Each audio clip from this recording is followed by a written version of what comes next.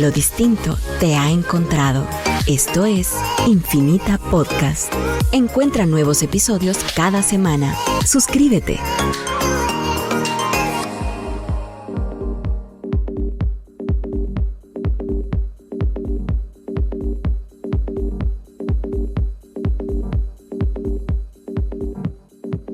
Y ahí estamos, grabando. Bienvenidos al DT Podcast número 62. Este es un episodio especial, este es un episodio que nació muy orgánicamente. Tenemos un invitado muy especial que recién lo acabamos de conocer, pero nos llamó mucho la atención su trayectoria. Y espero que ustedes disfruten de esta conversación, así como nosotros. De nuestro lado estamos su servidor Esteban y Rafa, cofundador también de DT. Y con nosotros el día de hoy, Andrés Arriola. Hola, entonces, Esteban y Rafa. Without further ado, Andrés, contanos un poco de tu persona, contanos un poco cómo, pues, qué estudiaste y qué has hecho los últimos años. Pues empecé la universidad así como muchos en Guate le empiezan como, porque ni modo, tenés que ir a la U cuando te gradúas del colegio, ¿verdad? Empecé estudiando arquitectura, hice un relajo ahí, y para hacerte la historia corta, entre botar la universidad en tercer año de administración, que por vueltas del mundo llegué a eso porque fue como que bueno, sirve para todo, y tenía cierta facilidad con finanzas, decidí irme a Boulder, Colorado, a terminar de estudiar la universidad allá. Al graduarme, estaba así, tomé un trabajo, pero a la misma vez estaba un poquito asqueado, digamos, de todo el aprendizaje universitario académico, porque te enseñan lo que quieren, y hay veces que, especialmente en Guatemala, y casi que te lo obligan, y el pensum es cerrado, y pues cuando me gradué empecé a estudiar un poquito de Sacred Economics, con Charles Eisenstein, que hablaba sobre deflación, sobre movimientos más alternativos, más como monedas locales, por ejemplo, como creo que en Bristol Pound existía en ese momento, ¿va? Para apoyar economías locales. Y pues luego de mi trayectoria emprendí en una empresa para desarrollar apps, eso también tronó. y después regresé a Guatemala sin saber qué hacer, dije quiero conocerme, tenía en ese entonces 26 años, y dije que la vida tiene diferentes sabores y velocidades y no todos tenemos que ir a lo mismo, ¿va? A partir de eso encontré como un retiro de yoga, y yo ya practicaba bastante por lesiones que tuve, siempre me gustaron los deportes, el fútbol, y pues las lesiones me llevaron a cuidarme un poquito más a mí, también por lesiones emocionales, ¿verdad? Dejar toda una vida en Colorado y eso. Me puse a estudiar yoga, eso me llevó a India, y poco a poco me fui como que buscando cierta soltura en mí. Vivir en San Marcos de la Laguna creo que me cambió de cierta manera la vida, y conocí a personas de diferentes caminares de la vida, y siempre tuve como que un alma rebelde. Por eso pasé por 4 universidades en 3 países distintos y en 2 carreras, ¿verdad? Y luego me decidí a viajar, y pues ahí empezó como que otro tipo de emprendimiento, ¿verdad? Que es el emprendimiento de conocerse a uno, y eso es tan interesante como un emprendimiento de una empresa, solo que es uno, ¿verdad?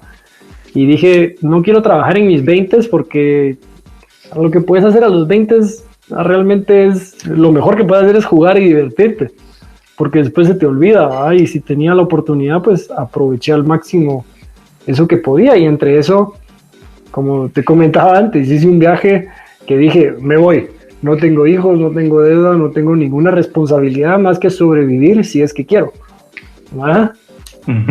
Y hice una campaña de crowdfunding para recaudar fondos, así como había hecho una campaña de crowdfunding para una app, y eso pues siempre fue como finanzas creativas, ¿verdad? Como mucho intercambio. Había estudiado yoga, entonces le decía a la gente, yo puedo darles una clase de yoga a cambio de comida y un lugar donde dormir, y a través de todo lo que hay en línea, ¿verdad? Como workaway.org, me fui a viajar el mundo y a estudiar más yoga, y simplemente estar a la deriva, ¿verdad? Que no nos atrevemos mucho a hacerlo en la vida, siempre queremos cierta seguridad y un camino como que pavimentado, ¿verdad? Y de ahí un poco de Workaway, porque sí es, o sea, no todos lo conocen. Workaway te inscribís como por $20 al año y encontrás 36,000 oportunidades de empleo voluntario, que en algunos países no es muy legal, pero en otros países tampoco es ilegal. Y puedes encontrar lugares que te dan de comer y te dan un lugar donde dormir a cambio de, the rule of thumb es como 25 horas a la semana. Entonces, por lo general trabajas 5 días, 5 horas al día, y ahí tienes un montón de tiempo libre, pues. Y tu mayor gasto muchas veces es comida y un lugar donde dormir. Wow. Y como yo le decía a la gente, 90% de las camas en el mundo pasan vacías. ¿Cuántos hoteles hay con 60% de ocupación nada más? ¿Cuánta gente tiene casas extra o cosas así? Y dependiendo de las habilidades que tenés, vas encontrando trabajos más interesantes. Entonces, siempre he buscado oportunidades como en relación a yoga, a salud o hostales que fueran divertidos, ¿verdad? Y con eso te puedes ir a viajar. Y toda Europa estuve como 3 meses, que al final te mueves despacio, que es más bonito conectar con la gente en profundidad que estarte moviendo rápido, ¿verdad? Y en 3 meses en toda Europa viajando y divirtiéndome y trabajando voluntariamente conocí gente increíble y me gasté como $800 y mucho. Vale. Wow. Y ya después me fui a la India, también hice un poquito ahí de Workaway, y como había ahorrado un cachito y recaudado de un crowdfunding, pues en India te alcanza para hacer 10 veces lo que haces en Guatemala. Entonces en India con $400 vivís como rey, yendo a clases de yoga todos los días, comiendo en restaurantes, ¿verdad? Y después incluso me metí a una escuela que es tipo ashram. Ashram es súper austero, son lugares para aprender sobre uno, ¿verdad? Y me costó como $1,800 3 meses de curso, comida y hospedaje. Entonces, wow. hay formas de viajar el mundo que no rompen el banco, ¿verdad? Como yo le decía a la gente, solo es qué estás dispuesto a dejar, ¿verdad? Y qué no estás dispuesto a dejar es lo que lo hace caro. Entonces... Claro. Y en todo ese interim fue conociendo a gente que viajaba porque hacía Bitcoin o hacía transacciones en eso. Y entonces siempre hubo así como que, no sé, siempre fue como que dale, hacer esto, pero nunca hubo un impulso mayor, porque creo que después de emprender en algunas babosadas dije, no quiero hacerlo solo. Esa fue una de mis lecciones, que voy a hacerlo solo. Y pues siempre en conjunto se llega más lejos, ¿verdad? Sí, hay veces aunque lo hagas solo que te das a alguien atrás, a veces que te dé la mano o que te diga está bien. Ya con eso uno se va soltando, o por lo menos así trabajo yo mejor, ¿verdad? Y bueno, y entonces mencionaste un poquito, ¿sí fuiste ahí en tus viajes? ¿Dónde fuiste escuchando más de Bitcoin? ¿En San Marcos o en Europa, en la India? En San Marcos conocí una chava una vez, tuvimos ahí nuestro romanticismo, ¿va? Y la chava vivía en LA y vivía como, se viajaba en jets de amigos y cosas así super jet setter la chava, ¿va? Que estaba estudiando un curso de 1 mes en San Marcos. Y yo así como que conociéndola y lo que hacía me dijo, I'm a binary magician, decía ella, ¿va? Entonces estaba bien metida en lo que era cripto y todo eso con un fondo establecido en Los Ángeles. Y dije, puta, qué interesante, ¿va? Y fue como que otras personas lo iban mencionando. De ahí uno de los chavos que, me acuerdo cuando estaba en Arambol, en Goa, Bitcoin había subido como de 3,000 a 12,000, así en como 3 días. Esto fue finales del 2017. Y yo estaba medio monitoreando porque habiendo estudiado finanzas, como que aprendías a más o menos ver o desarrollar cierto interés en algunas empresas que van creciendo, ¿va? Y al ver esto fue como que, wow, pero ya estás tarde, ¿va? Ya cuando subió a 12,000 decís, ya no me puedo subir a ese tren, ¿va? Y aparte estando en India, acá, y Dios, $500 eran mi mes, ¿va? Que iba a estar pensando en invertirlo. Pero antes de que me fuera de viaje, me acuerdo que este loco chamán que me leyó así el aura, ¿verdad? Me decía, si te vas a ir a viajar, ponerle $100 a este cryptocurrency, aunque sea. Pero me daba un cachito de miedo porque no conocía mucho, no sabía si en Guate se podía, había estado fuera del país y viajando en otros lados que no estaba tan grounded para poder hacer ese tipo de cosas, de sentarme y estudiar un poquito, ¿verdad? Que creo que la pandemia en eso me ayudó muchísimo a quedarme quieto y poder estudiar eso y entrarle, ¿verdad? Después otro amigo, me acuerdo, en el curso de yoga de los 3 meses, hay veces que yo no llegaba a clase porque él hacía day trading. Entonces, ponía todos sus trades en la mañana, iba a clases todo el día, a veces a mediodía chequeaba algo y en la noche terminaba sus trades y entre eso se la pasaba a él, ¿verdad? Y Nice. entonces siempre tuve, y después mi pareja invirtió en 2012 en Bitcoin y Ethereum a nada y sacó, cuando yo la conocí había sacado ella bastante dinero para poder viajar 2 años por todos lados sin mucha preocupación, ¿verdad? Y fue el papá de ella que finalmente este año me dijo, mira, si vos te encargas de la tecnología y todo, yo te doy el piso y te quedas un tercio. Y ese fue como que el impulso de other people's money, ¿verdad? Que muchas veces me ayuda. La pandemia, ¿verdad? Sí. Bueno, y entonces ahí, cuando adentro de todo esto, como ¿cuál fue el momento ese que te dio el clic? Fue en marzo de este año, de que el papá de mi novia había estado aquí en Guatemala y me dijo, vení, escucha este webinar conmigo, ¿verdad? Es una oportunidad bien interesante que creo que estás totalmente capacitado para entrarle, ¿verdad? Habiendo estudiado finanzas. Y pues lo escuché y él me dijo, yo te deposito y vos te encargas de toda la tecnología, ¿ah? Y pues así sin pensarlo, casi que me depositó al día siguiente y yo así como que, oh, y ahora, ¿verdad? Y me tomó un tiempo como que ver las herramientas, entender un poquito todo y entrar en paz con no entenderlo todo tampoco, pues. Y teníamos un blueprint, como una estrategia que él había conseguido a través de sus contactos para ir invirtiendo en algunas monedas específicas, ¿verdad? Que eso te quita un poquito de incertidumbre, ¿verdad? Y te da un norte. Ya lo demás es solo aprender un poquito de cómo utilizar esta tecnología. Y hoy en día con tantas apps, computadora y todo lo que hay, lo que más tienes que ponerle coco es cómo te mantienes seguro, ¿verdad?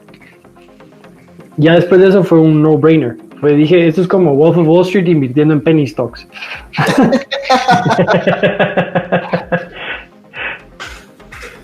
Con todos los paris y también. Eso están por venir, creo yo, porque como toda la cosa todavía estamos pendientes de eso. Sí. Pero, ok, y cuando conociste Bitcoin, yo creo que siempre está como esta cosa de que, y toda la gente dice que como humanos sobreestimamos el presente y subestimamos el futuro, ¿verdad? Pero cuando conociste Bitcoin, ¿qué fue lo que pensaste? ¿Cuál es tu filosofía, digamos, más allá de que sea una cosa de invertir? ¿Qué es lo que ves en cryptocurrencies y Bitcoin en general? Yo lo que veo es como una descentralización e independencia de todo lo que ha sido digamos, es casi un oligopolio lo que son bancos en muchos países, ¿verdad? Que es unos poquitos tienen el control absoluto, y si lo quieres ver así en relación del dólar, digamos que el mundo gira alrededor del dólar, no hay un mecanismo de ¿hasta cuándo? ¿Verdad? En la pandemia se imprimieron $2 trillones para sustituir un poquito la actividad económica, y mis dólares, bien, gracias, si tenías inversiones en que cotizan en dólar, ¿verdad? Entonces creo que los códigos, por ejemplo, de Bitcoin, que tiene una tendencia de limitar el crecimiento y que mimetiza el oro de cierta manera, nos regresa un poquito a ¿cómo se llama? Sistemas de deflación y responsabilidad financiera, ¿verdad? También como a modelos más cercanos a oferta y demanda, no perfecta porque nada es perfecto, pero se asemeja mejor. Entonces esa independencia de bancos centrales, de de gobiernos centrales, ¿verdad? Donde al final cada gobierno tiene monopolio de la moneda y eso es poder, pues, y conlleva corrupción, ya sabemos, ¿verdad? Entonces ese modelo, y creo que como que hay cierta rebeldía dentro de mí que no quiere hacer las cosas como se dan porque hay otra forma de hacerlas, pues. Y esto presentó como que esa inversión súper interesante en el momento correcto, diría yo. Para mí, por lo menos. Nice. Y pues adentro de todo esto, ¿vos cómo sentís que tu entendimiento de yoga, tu viaje a conocerte a vos mismo y todo, te ayudó a profundizar más adentro de ese tema y ofrecer asesorías como lo estás haciendo hoy en día del tema? Yo creo que viene, pues yoga es la ciencia de la liberación, si lo querés ver así. Como un amigo siempre dibujaba un triángulo, ¿va? Y decía, astrología nos ayuda a comprender de dónde venimos. Cómo están alineadas las estrellas y entender ese polvo de estrellas que sos. Ayurveda es la ciencia milenaria de la India que te ayuda a cómo existir en este mundo. Y yoga es cómo regresar a ese polvo de estrellas que sos. Entonces es la ciencia de la liberación. El objetivo de yoga es detener la mente, y en esa detención de la mente, y no es detener las fluctuaciones mentales, que te ayuda a concentrarte y reconocer qué es lo que sos. Entonces viene a ser como esa liberación, que es una descentralización y que está arraigada simplemente en el ser. De cierta manera, si ves hoy en día hay 5 o 7 mil monedas allá afuera, eso es cierta manera del mundo de decir, podemos crear valor de muchas otras formas y podemos liberarnos económicamente, y si lo querés llamar idealista o utópico, creo que podemos vivir en abundancia económica si logramos mantener un equilibrio. Entonces creo que las criptomonedas es una manera de llegar a un mayor grado de independencia, y eso también trae sus responsabilidades y consecuencias, ¿verdad? Entonces creo que estamos en una etapa interesante donde eso puede irse entendiendo un poco mejor. Y creo que yoga también me ayudó como que a entenderme más a mí y dejar que oportunidades vengan a mí. Y así me ha llegado cripto. Y como dice mi pareja, you can only poke the universe and wait for the ripples to come, ¿verdad? Entonces, por ejemplo, eso de asesoría, ¿verdad? Que para mí dar clases de yoga me ayuda como o sea, yo puedo ofrecerlas, pero la gente tiene que venir a mí al final. Y puede ayudar a mucha gente a tener a por lo menos tomar control sobre su conocimiento financiero. Y esa creo que es la parte donde me da miedo muchas veces, donde estamos parados hoy en día en el conocimiento financiero de las personas, o por lo menos de tener cierto norte de qué es una planeación financiera y tomar responsabilidad de eso. Sería interesante hacer una encuesta para ver cuánta gente cree que el dinero está respaldado por algo. La mayoría de cosas. Sí, desde 1971 se quitó el patrón oro, y eso simplemente permite imprimir con deuda todos los dólares que ellos quieran. Entonces, al final la gente dice, no, pero es que esas inversiones en cripto no están respaldadas por nada. Y le digo, bueno, ¿y tus dólares están respaldados por la fe y el gobierno en los Estados Unidos? Yo digo, no hay mucha diferencia entre lo que son los dólares, que son en su mayoría digitales hoy en día. Muy cierto. Y si hicieras una encuesta, muchas personas no saben que no tiene ningún respaldo el dinero, y si ves, pero sí sienten el dolor, porque yo estaba viendo como cosas recientemente en la pandemia, la canasta básica se encareció en Guatemala, ¿verdad? Y entonces es interesante porque cada vez que hay unos de esos incrementos de precios no dicen, es porque está imprimiendo dinero alguien, ¿verdad? Sino es que estamos en una crisis económica, o nunca se dice, se le echa el muerto a la pandemia, ¿verdad? De que por eso subieron los precios, porque el maíz, no sé, ¿me entendés? Pero realmente esto es un crimen, pues, ¿verdad? Y no tanto en Guatemala, pero yo digo un crimen como en Costa Rica. Pero no, bueno, en Costa Rica pasa, pero en Argentina, digamos, en Argentina la inflación que está pasando, eso es criminal lo que están haciendo ahí, pienso yo, ¿verdad? Pero no hay ningún como delito, digamos, porque estamos poniendo en las manos de personas la confianza de ustedes tienen el switch para encender la máquina y nosotros como ciudadanos pues se lo entregamos y ustedes hacen lo que quieran, ¿verdad? No sé, pero sí, parte de la liberación, digamos, empieza por tomar responsabilidad. Porque mucha gente quiere liberarse, ser millonario y tener un montón de billete. Entonces yo le digo a la gente, pero ¿qué harías si fueras millonario? Si tenés $1 millón mañana en tu cuenta de banco, ¿cómo los colocas? Yo le hablo a un asesor de inversiones y digo, puta, es que por eso es que no tenés $1 millón.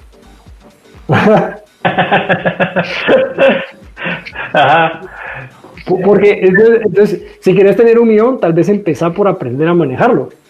Querés tener un carro, tal vez empezar por aprender a manejar. Y es que creo que ese es el parte del problema, que queremos todo el libertinaje, pero no queremos nada de la responsabilidad. Entonces creo que empieza mucho por tomar cierta responsabilidad financiera. Y muchas veces, y como te digo, yoga es una ciencia de la liberación. Entonces en el mismo sentido es tomar responsabilidad de uno. Y de todo, pues, porque la vida nos trae ciertas cosas que no podemos hacer nada más que hacerlo mejor con lo que nos da, ¿verdad? A algunos nos da limones, a otros nos da maíz. Genial. Puedes hacer tortillas o puedes hacer limonada. Y si te pones en conjunto, es una tortilla de limón. Y quién sabe qué más, ¿verdad? Estaba leyendo un artículo que lo posteé en mi página de Facebook porque me pareció curioso.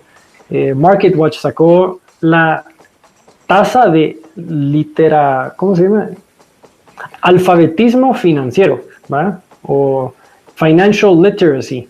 Y pone 3 preguntas. Y dice, si puedes responder estas 3 preguntas, tenés un grado OK de educación financiera. Y luego ponía 3 más. Y si vas a responder estas 6, tenés un alto coeficiente de educación financiera. Y ellos respondían de que solo 16% de los millennials podían responder esto correctamente. Los de la generación anterior respondían en un 32%, casi el doble de capacidad financiera, que aún así decís, wow, ¿verdad? ¿Cuánto dinero manejan los fondos de inversión, los bancos? Que decís, no sabemos qué hacer con nuestro dinero. Sí. Y interesante también porque ahorita el gap generacional entre el entendimiento de pues y la voluntad de probar estas nuevas tecnologías sí se siente. O sea, nuestra generación tiene mucho más voluntad de hacerlo. Se han hecho encuestas en Europa y en Alemania donde creo que 17%, 30% de los millennials ya tienen Bitcoin. Es decir, a 17% ya tienen, 30% está interesado en y quiere comprar. Y si se los preguntas a los boomers, es al revés, ¿verdad?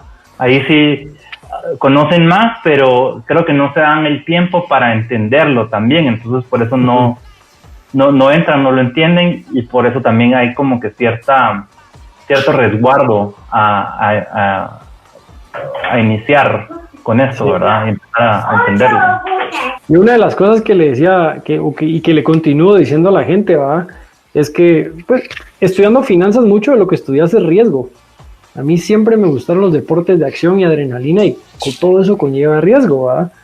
Pero muchas veces en esa aversión a riesgo, ese es el mayor riesgo que uno puede incurrir. Tener demasiada aversión al riesgo es un gran riesgo. Porque la gente dice, no, yo quiero vivir risk free. Eso no existe. Vivir risk free es no vivir, es estar muerto. Cuando estés muerto es cuando no vas a tener riesgo, ¿va? Y minimizar tu riesgo conlleva ciertos costos y ciertos riesgos. Sí, está wisdom nuggets. Ahí te va. Estás dejando que es muy valioso. Gracias. Súper. Y ponete, ese tipo de pensamiento es lo que me llevó a mí a tirarme a viajar, a aprender yoga, a ser tachado de hippie y bohemio y todo lo que sea, pues porque, ¿y qué? Pero me estoy divirtiendo, ¿va? Y luego hay gente ahí que me escribe, ¿vos cómo hago para irme a viajar y hacer todo eso que estás haciendo, ¿va? Les digo que bueno, ¿qué estás dispuesto a dejar? ¿Ah? Está cool. ¿Y cómo ves vos, o dónde ves las ventajas para las personas que se eduquen más y empiecen a integrar los activos digitales en su economía privada aquí en Guatemala? Ya llevándolo a Guate específicamente. Yo creo que inicialmente puede haber un rebalanceo de tus riesgos, por ejemplo, porque por mucho tiempo cripto ha demostrado en algunas ocasiones cierto comportamiento distinto a los mercados. Entonces puedes sesgar un poquito la apuesta ahí, tal vez como inversionista. Luego como emprendedor creo que hay oportunidades, así como hablábamos sobre el ICO, de Initial Coin Offering, de que yo como lo veo es que cripto funciona mucho como crowdfunding, con un grado de sofisticación alta, con la intercambiabilidad de activos digitales. ¿Ah? Entonces, creo que y es curioso cómo la palabra cripto muchas veces aleja a gente, pero cuando hablas de activos digitales, cambia, porque al final, si tenés un papel de que sos dueño de un stock, es casi siempre digital. Entonces, creo que para inversionistas ahí puede haber formas interesantes de innovar a través de este tipo de tecnologías, de crear contratos seguros entre dos parties, ¿verdad? De contratos y ese tipo de cosas para asegurar ciertas cosas, crear transparencia y puede eliminar de algunas maneras el factor humano y poner nuestra atención en otras cosas, ¿verdad? Sí, digamos, los stocks digitales son tuyas, pero no sos el custodio de. Ajá. Entonces, digamos que el cripto es más activo digital en el sentido de que vos no solo sos el dueño, sino que está en tus manos. Comparado a todos los otros tipos de activos digitales, que es básicamente un registro en la base de datos centralizada de algún lugar, ¿verdad? Bajo el control de algún superadministrador, ¿verdad? Y creo que también eso lo que abre es una barrera de entrada más baja, porque muchos dicen, no, pues un wealth management es bien caro, pues, y entre las tarifas que te vas a gastar, ya no sale nada para uno. Entonces creo que para muchas personas hoy en día puede ser un vehículo de inversión con una barrera de entrada accesible, ¿verdad? Y que lo puedes manejar vos completamente, porque no es tan complicado, y muchas de estas monedas respaldan empresas, ¿verdad? Entonces ser un angel investor, digamos, de cierta manera, porque puede ser alguna forma interesante de ver estas monedas, más que verlo como monedas, verlo como empresas. Eso puede ser una manera tal vez de cambiar la percepción de la gente. Y ves que, digamos, por ejemplo, en Guatemala no hay un real como stock market, ¿verdad? Entonces, y la mayoría de la gente en el mundo no tiene acceso a mercados bursátiles, ¿verdad? Entonces, también esto puede ser un mecanismo, y ahí era como un poquito la visión que teníamos con Simple ICO, regresando a eso, la idea de que cualquier persona en cualquier parte del mundo puede crear su propio token por 25 centavos de dólar. Y esa era la visión, y sigue siendo la visión de eso que queremos, que estamos buscando, porque ahorita pues la regulación siempre va detrás de la tecnología, como pasó con Voice over IP, con esta persona que conocimos, pero al final algo tiene que cambiar, porque esto es imparable, ¿verdad? Eso es algo que pienso yo, es una ola que viene, mejor aprender a surfear, pues. Sí. Creo que también es algo interesante que dijiste de que no mucha gente tiene acceso a mercados bursátiles. Mucha gente no tiene acceso a bancos. O sea, cuando lo ves desde una perspectiva, sí, que hay smartphones y todo, pero no tienen acceso a bancos. Entonces, esto puede crear vehículos para la gente muy fáciles de implementar porque ya la tecnología está para que corra, ya los rieles están montados. Entonces ahora podemos crear, digamos, más vagones y trenes para movernos sobre estos rieles, ¿verdad? Que no hay que reinventar la rueda, dicen por ahí. Y esto puede crear facilidad de acceso. Y creo que eso es muy importante. Sí. Sí, la inclusión financiera es uno de los puntos súper importantes para nosotros y aquí es donde le vemos una gran oportunidad. Uh-huh. El hecho de que puedas participar en un ecosistema financiero global sin tener que pedirle permiso a alguien es algo que nunca antes en la historia había existido. Uh-huh. Y obviamente como sociedad nos está tomando tiempo asimilar las repercusiones que va a tener esto y la manera que esto va a revolucionar cómo nosotros definimos, creamos y compartimos el valor. Sí. Y es súper interesante pues ver, ya entendiendo, y cuando uno entra al rabbit hole y empezó a saber todo el historial y los 10 años que lleva Bitcoin, que esto se logró de una manera orgánica y que esta es la única manera que se logró, porque justo no hay una guía que tenga un incentivo para corrompir como este camino, sino simplemente sucede por pura inercia. Pues.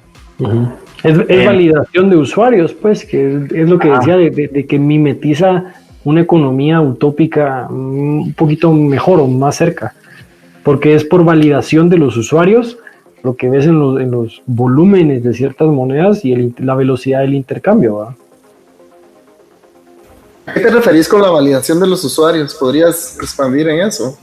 De que conforme más gente lo acepta y lo intercambia, va estabilizándose la moneda, por ejemplo, porque la gente lo valora, ¿verdad? Si vas al mercado y tratas de cambiar una vaca por textiles, puede que no mucha gente valore una vaca. Entonces no hay tanta validación del mercado y tal vez se tenga que bajar tu precio, ¿verdad? Entonces, tal vez es un ejemplo muy rudimentario, pero es de cuánta gente acepta de que esto tiene valor o no. Y ahí está puesto y ahí ya se pone a prueba la oferta y demanda. Entonces, como experimento de economía, te saca de las limitantes del país y de la política. Entonces, en ese sentido, creo que es más puro el valor colocado en este tipo de vehículos. Y como vehículos me refiero a monedas, ¿verdad? O los activos digitales. Sí, porque es una moneda global, ¿verdad? La primera moneda realmente global que vive en el Internet. Y por lo tanto, como todas las personas tienen acceso, ya entendí lo que quieres decir con eso de validación de usuarios, pues... Uh-huh. El usuario le está dando, el usuario, ¿verdad? La persona que utiliza la moneda, ¿verdad? El usuario es el que le da el valor. Y no, está buenísimo. Yo creo que y es una cosa que no, imparable, pues, ¿verdad? Como que, ¿cuántos años llevan muchas personas diciendo, eso es un scam o no sé qué? O sea, y ya son 10 años, ¿verdad?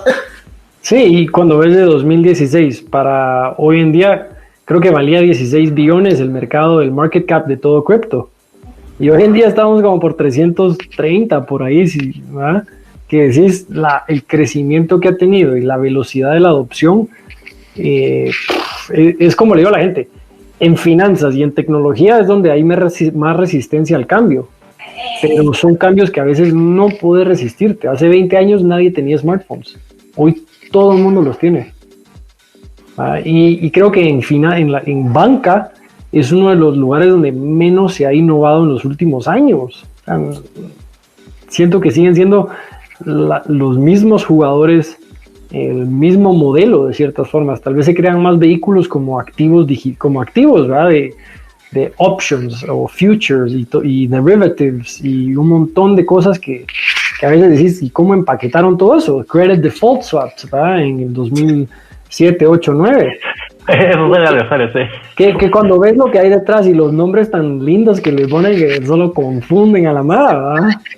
Synthetic, no sé qué. Ajá, sí. Credit default swap, ¿cómo así, verdad? y los métodos que utilizan, creo que hoy estamos entregando transparencia a través de esta currency, ¿verdad? Que es más fácil que decir credit default swaps, es currency, por la intercambiabilidad y aceptación. Sí. Pues y viendo justo todo eso y pues ahorita ya que mencionaste esto, sacando tu background más de económico y todo,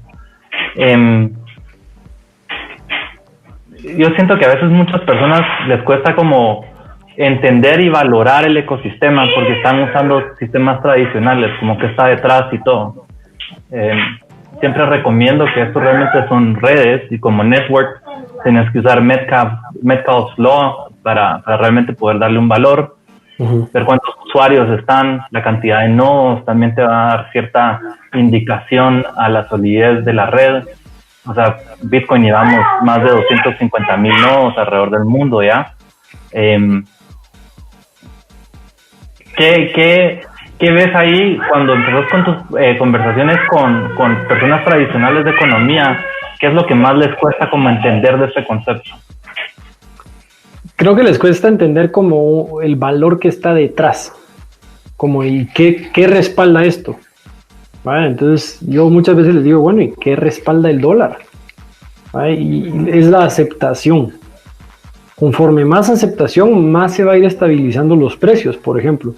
Porque al final la gente muchas veces, aceptan los dólares y los quetzales, y los yuanes tal vez y los euros, pero ¿y qué lo respalda? ¿Vale? Al final tal vez no invertís en el yen japonés porque no conoces la estructura de gobierno, y eso está bien, ¿verdad? Pero si ves que aceptan los yuanes o los yenes de Japón, perdón si estoy confundiendo con la moneda de China, pero ves que te lo aceptan en los bancos y te dan una buena tasa de cambio, venga, ¿qué más da?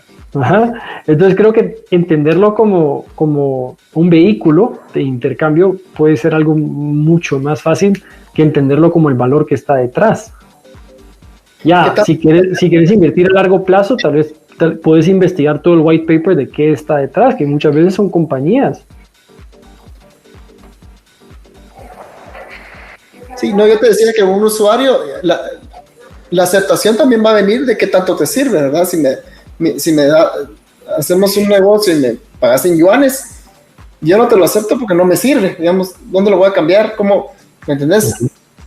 Versus Bitcoin, pues me lo aceptan en todo el planeta. Bueno, como que poco a poco va a ser más aceptado, ¿verdad? Entonces, viéndolo como vos lo decís, ya es casi que obvio, que es inevitable que esto va a ser la nueva realidad, ¿verdad? La adopción solo se va a ir incrementando, y nosotros pues queremos ser parte de eso, ¿verdad? Sí, y ponete, y es curioso porque me dijiste no te voy a aceptar los yuanes, pero yo estoy seguro que tal vez me digas, entonces inflemos el precio 10% y te acepto los yuanes. Sí. Nada, te das la vuelta y sabes que puedes ir a encontrar quién te haga ese intercambio, tal vez te va a costar 6% y te quedaste igual con un precio inflado de 4%. O sea, al final siempre se puede negociar y esa aceptación es lo que va a dictar el precio.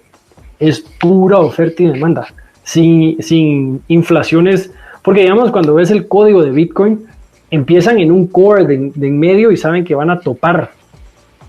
Es como que ves al planeta Tierra y decís cuánto oro hay en el planeta Tierra, pues lo que hay en el planeta Tierra. Si lo sacamos todo, ahí topa. Entonces hay un mecanismo de llegar a esa masa máxima despacio, porque si llegas muy rápido ya no vale tanto. Entonces, digamos, en los dólares no tenés ese boundary que mimetiza la naturaleza, que es la masa máxima. ¿Cuánto es la masa máxima de un dólar? Lo que quieran. Mira Venezuela, ¿cuánto es la masa máxima de la moneda de Venezuela? Lo que sea. Entonces, ahí es cuando ves como que el caso de aceptación donde, porque lo demás es una cochinada, ves la lira turca y ves que Turquía es de los países más activos en Bitcoin, en cripto. Porque tiene justo las fluctuaciones de inflación más intensas adentro de... Por la incertidumbre política, y yo estuve en Turquía y cuando llegué me pagaban 4.50 liras por dólar. Bueno, subió un poquito y cambié como $1,000. A las 2 semanas subió a 680. Mis liras valían nada. O sea, hubiera valido más mis dólares si me los hubiera quedado. Y hoy en día está como el quetzal, está como en 8 por dólar. Entonces la gente ha buscado maneras de como que, no sé, circunventar o circunvalaciones a la economía formal, ¿verdad? Que en algunos países es lo único que hay. ¿Cómo te fue en la India con los rupees? Porque los rupees también, esos son que todas las cosas cuestan como 100,000 un banano. Mira, el rupee vale como 10 por quetzal. No, el rupee no está tan mal, el rupee está bastante bien. Y es curioso porque en ningún lugar del mundo puedes cambiar rupees, solo en la India. No, es ilegal sacar rupees de la India. Entonces tienen esa moneda que está de cierta manera protegida porque no es susceptible a tantas cosas que pasan cuando la moneda sale. Me pasó algo bien interesante. Estaba en Rishikesh en este curso de yoga. Gracias a Dios yo ya tenía pagado todo y no necesitaba ir a comprar comida afuera ni pagar cuentas, ¿verdad? Y de la nada salimos a la calle y tratamos de pagar con billetes de 500 y de 1,000 rupees. Y ya no se aceptan. El gobierno de la noche a la mañana dijo, ya no se van a aceptar estos billetes porque ha habido demasiada lavado de dinero. Y de la noche a la mañana esos dólares, esos rupees había que quemarlos o entregarlos de vuelta al banco y te los cambiaban, ¿verdad? Entonces era bien interesante ese tipo de medidas que pasan con un papel moneda, que hay espacio para ese lavado de dinero. Entonces eso fue algo bien curioso con los rupees, ¿verdad? Y luego salí de la India y quería cambiar en el banco y ya no me los cambiaban, ¿verdad? Cuando salí de la India, y ahí tengo como 6,000 rupees guardados, ¿verdad? Para el próximo viaje. Sí, siempre voy a regresar a la India, pues todos regresamos en esta vida o en otra, dicen por ahí.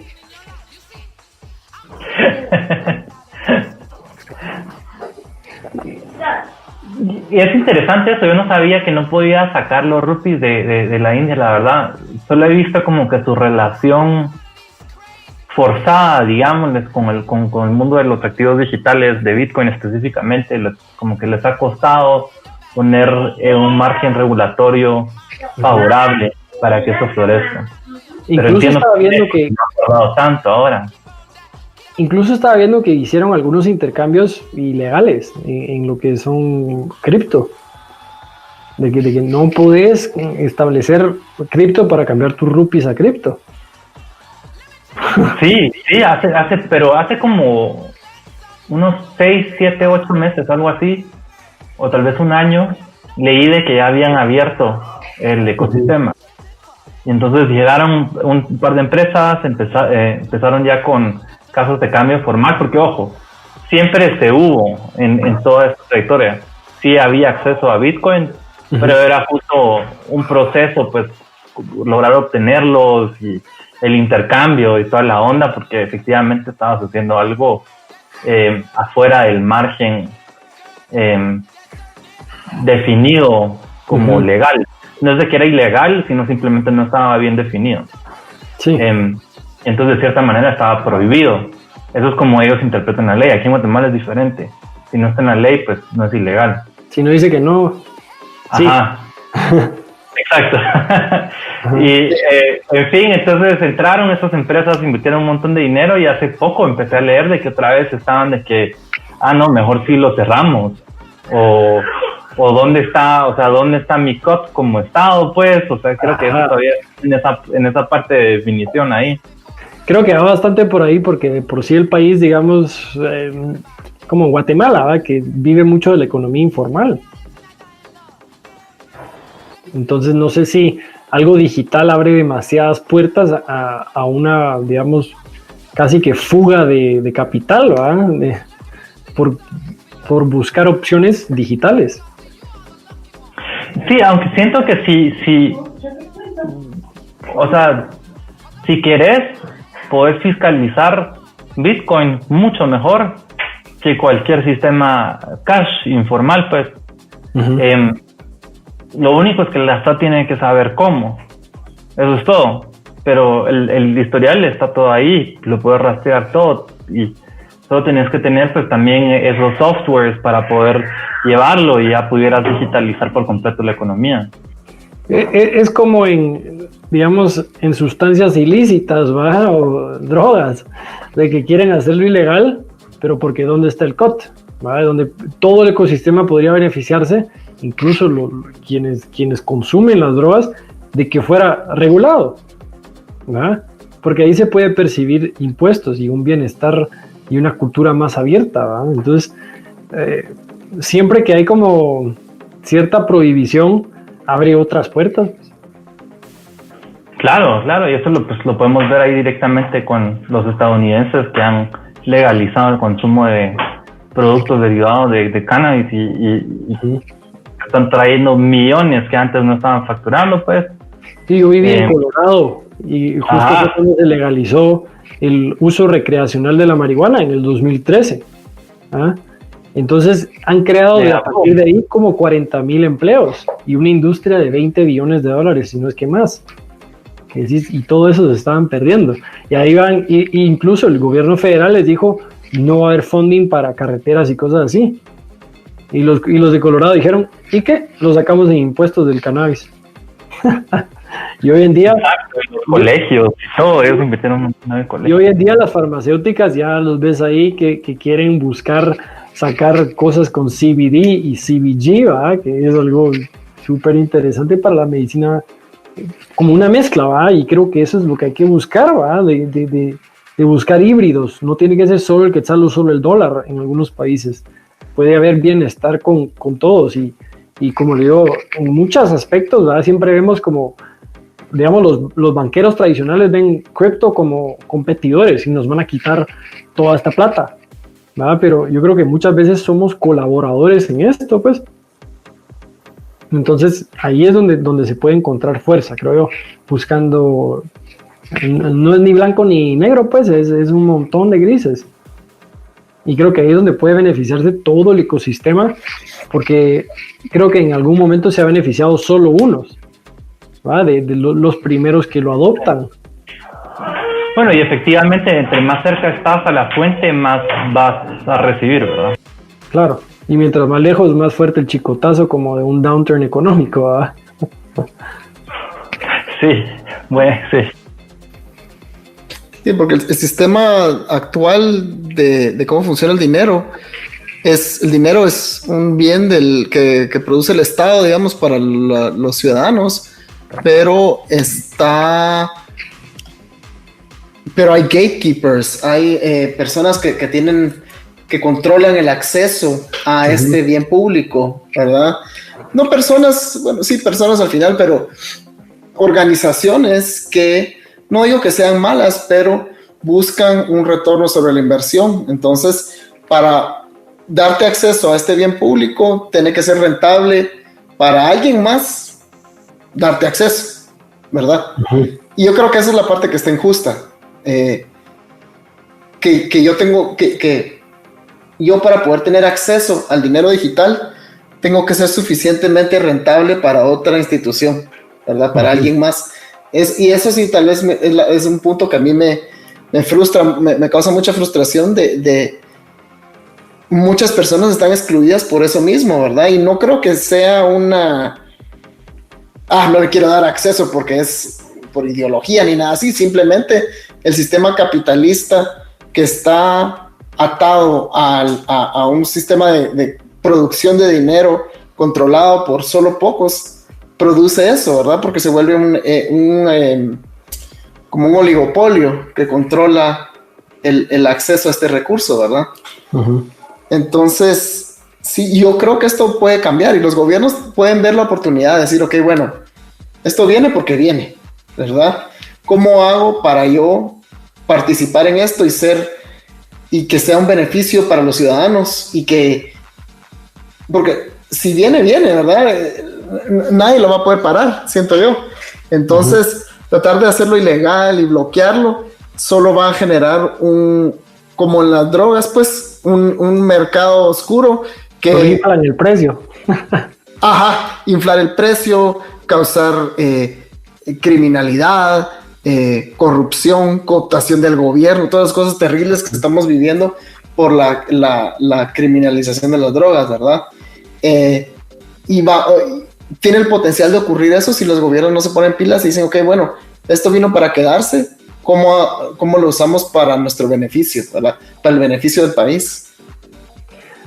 Me parece interesante que, si podemos retroceder un poquito lo que dijiste, te referiste a la moneda como un bien, y yo no lo veo como un bien, lo veo como un medio, y creo que ahí es donde puede haber, porque digamos una carretera es un medio, ¿verdad? Le hace bien al país, así como tener dinero es un medio que le hace bien al país.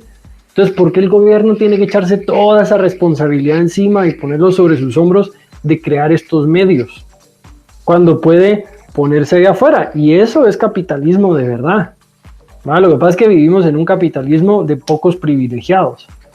Y ese es donde cuidadito y me quitas mi rodajita del pastel, ¿verdad? Donde ven un pastel muy limitado. Entonces yo creo que... Capitalismo empresarial, realmente. Sí, totalmente. Donde unos pocos son dueños de los medios de producción, ¿va? Y eso les hace bien a ellos. Pero siempre son medios, y cuando se pongan más medios allá afuera, va a haber menos presión y menos responsabilidad en el gobierno. O sea, a mí me daba risa porque yo le decía, imagínate que sacáramos monedas local en cada comunidad, porque la pandemia nos pegó tan fuerte que ya ni siquiera salimos de nuestro sector y producimos nuestra propia moneda local, porque a partir de esa le damos funding a nuestras comunidades para protegernos. Y eso hacía algo bien arcaico, pues, que si vas hacia atrás y ves que cuando las fincas hacían sus propias monedas, así se manejaba mucho, ¿verdad? Entonces imagínate, los gobiernos va a ser un incentivo en que yo le voy a dar dinero a esta comunidad, a este gobierno, para que me proteja bien. Pero cuando son ellos dueños del completo medio de adquirir bienes, es muy difícil que se mantenga un capitalismo real. O sea, porque al final yo creo que eso es lo que viene a ser cripto, es un capitalismo real, no es ese social capitalismo, ¿verdad? Interesantísimo. Creo que esta conversación pues tuvo muchos nuggets. Ahí, Andrés, realmente muchísimas gracias por tu tiempo, muchísimas gracias por compartir tanto, abrirte tanto y creo que pudiéramos seguir horas aquí conversando.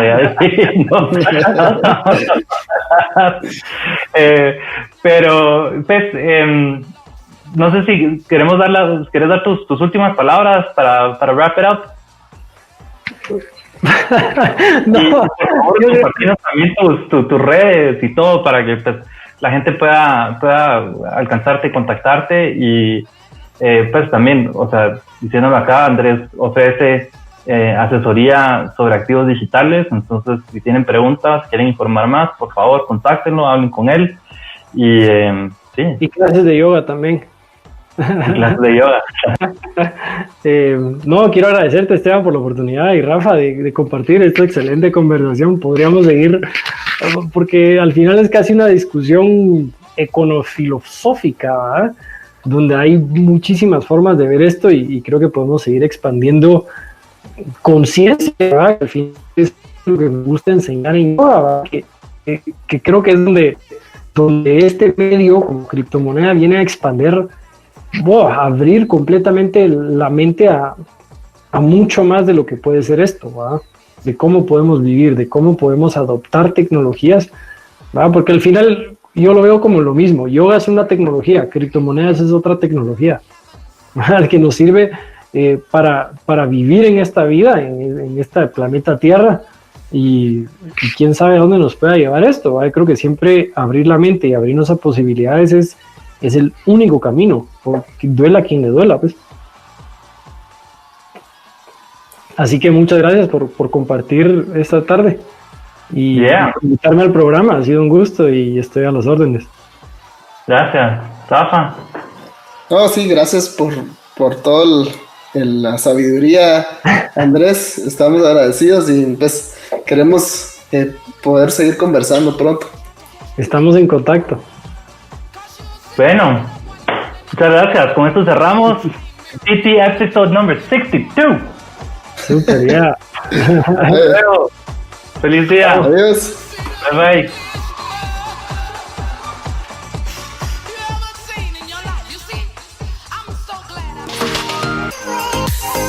Lo distinto te ha encontrado.